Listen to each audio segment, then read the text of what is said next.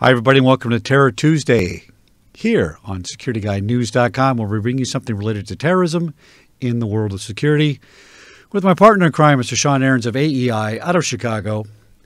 Mr. Sean, we have an attack on a mosque in Egypt. This is disturbing for a lot of reasons on a lot of levels. Tell us what happened. Well, so CNN's reporting that approximately over 400 people have now been killed or injured in this attack. I put that it was one of the largest terrorist attacks that I'm aware of. And it essentially was 25 to 30 armed men took this mosque in the Sinai Peninsula. And essentially we saw a number of people injured, 128 injured, and 27 of those are kids. So significant incident. I think why it has bearing is because of the success of this incident. I could see some duplicative efforts here domestically. Well, we've had I had a couple attempts at that. I mean, we had the church in down south there a couple of weeks ago. Remember that? And we've had a few. Yeah. And the challenge is, you know, should guns be in a church? It just seems completely like an oxymoron to me. But this is the world we live in. This is crazy, crazy crap.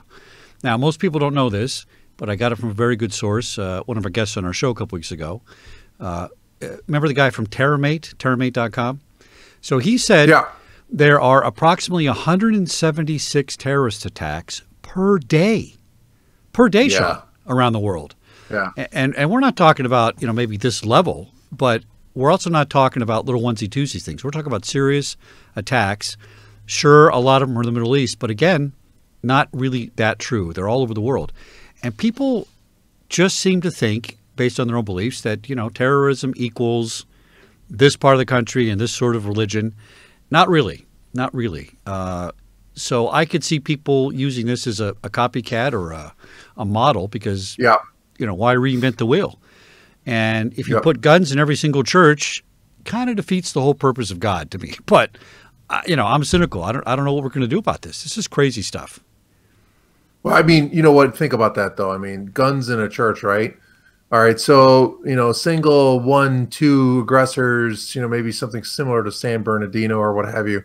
But 25 to 30 armed men. Yeah. I mean, you know, that's something out of like of a Western movie. It's a military attack. I mean, that's the other thing I think we get mixed up in these things with, not you and I, but everybody else. Oh, this is a religion. No, this is all politics. All of this is politics. Religion's being used as an excuse for the politics that they're implementing. It's all political. It's all about power. It's all about control.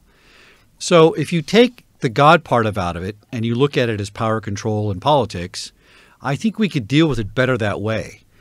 But it's difficult to have a solution when it's in a house of worship and you're not viewing the house of worship I mean, you should view the house of worship as Walmart and maybe use the same solution temporarily till we get a handle on this.